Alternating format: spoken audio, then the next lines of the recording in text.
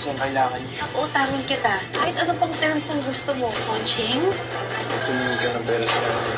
Pagkatapos kumain nila Charleston ay magkasama sila ni Carlo kung saan sinabi niyang nag-aalala siya kay Caroline kaya kailangan nilang kausapin na agad namang tinanong ni Carlo kung tungkol pa rin sa pag-aakusa niya kay Cindy na siya ang pumatay sa mama niya.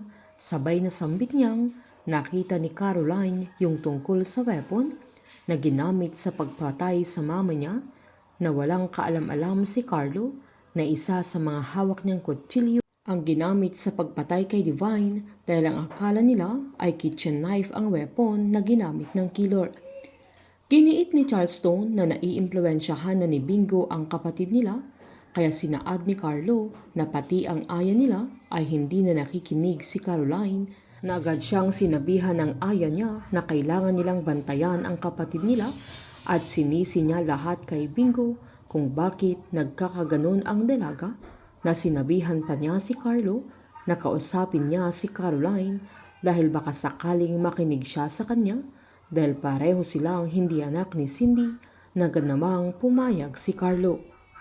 Nakipagkita naman si Caroline sa abogado niya kung saan pinaliwanag sa kanya na kailangan pa niyang magkaroon ng mas matibay na ebidensya para mabuksan ulit ang kaso ng mama niya kaya napagtanto ng dalaga na kailangan niyang mahanap yung totoong murder weapon na agad namang tinanong ng abogado niya na ilang taon na ang nakakalipas kaya saan niya pwedeng hanapin yung kutsilyong binabanggit ng dalaga.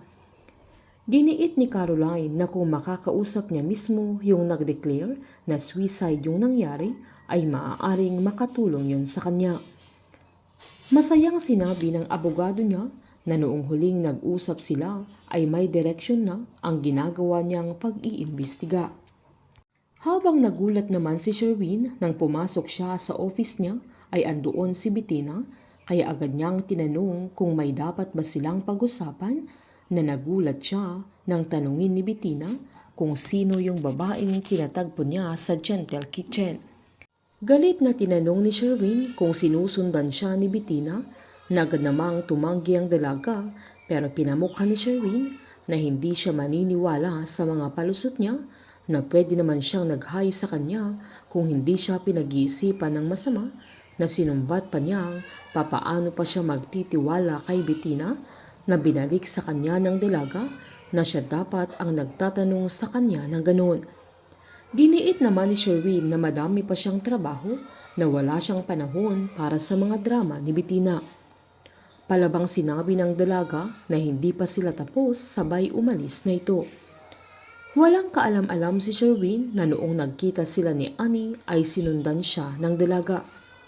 Kinaumagahan naman pagkagising ni Bingo ay agad niyang pinuntahan ang mamang niya sa kwarto nito kung saan nabasa niya ang mga messages ni Caroline sa mamang niya sabay pinilit niyang gumising na ang matanda.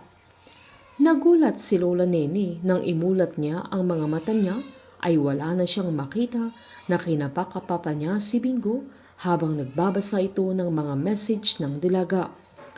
Mangiyak-ngiyak niyang sabihin sa kanyang apo na wala na siyang makita kaya nabitawan ni Bingo yung cellphone na hawak niya na halos hindi makapagsalita.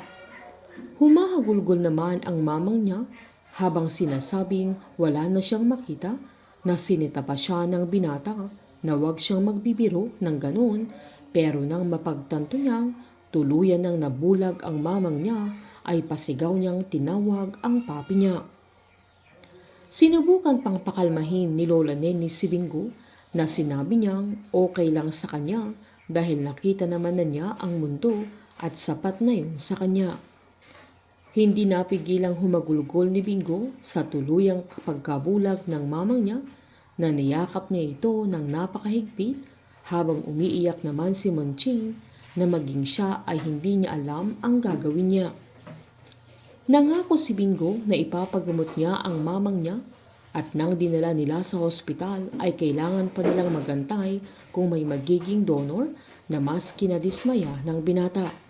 Habang sinabihan naman ni Caroline ang binata na papahiramin niya ito ng 1 milyon na siya na ang bahala kung ano ang gusto niyang paraan para mabayaran nito, na hindi nila alam na pinapakinggan sila ni Monching. Wala nang ibang paraan pa si Monching kundi lumapit kay Annie dahil alam niyang siya na lang ang makakatulong sa kanila. Si Annie ang magbibigay ng 1 milyon na kailangan ni Lola Nene para sa kanyang operasyon.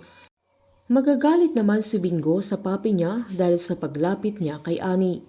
Painit ng painit ang mga tagpo, sabay-sabay po nating subaybayan ang advance episode at ang nalalapit na pagtatapos ng Can't Buy Me Love dito po sa aking channel.